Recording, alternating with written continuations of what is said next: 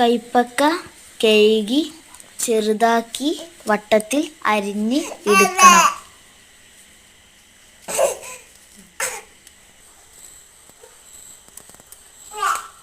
അതിലേക്ക് ലേശം ഉപ്പ് ഇട്ട് കുഴക്കുക. ഒരു ഗ്ലാസ്സിൽ സാമ്പാർ പൊടി ഒരു 3 ടീസ്പൂൺ ഇടുക.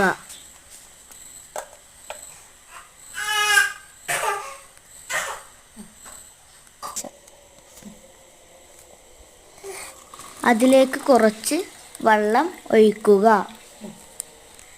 പുളി വെള്ളത്തിലിട്ട് വെച്ചിരുന്ന് അത് എടുക്കാം. കൈപ്പക്ക അരിഞ്ഞു വെച്ചത് ചട്ടിയിൽ ഇട്ട് പൊരിക്കാം.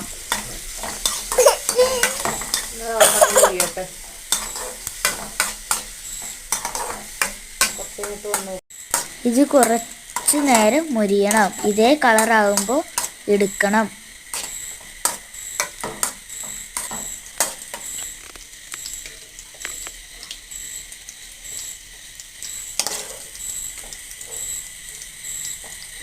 നമുക്ക് കോരി മാറ്റാം.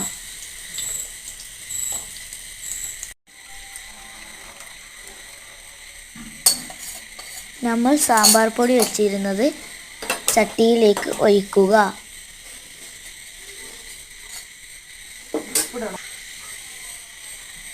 അല്പം ഉപ്പ് ഇടുക.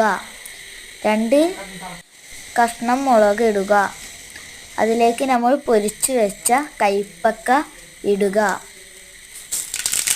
വെളിച്ചെണ്ണ ചൂടാക്കി കടുക് ഇടുക.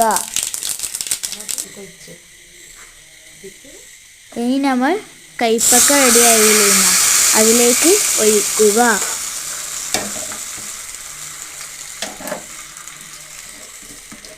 അപ്പോൾ നമ്മളെ കൈപ്പക്ക അച്ചാർ റെഡിയായിരിക്കുന്നു.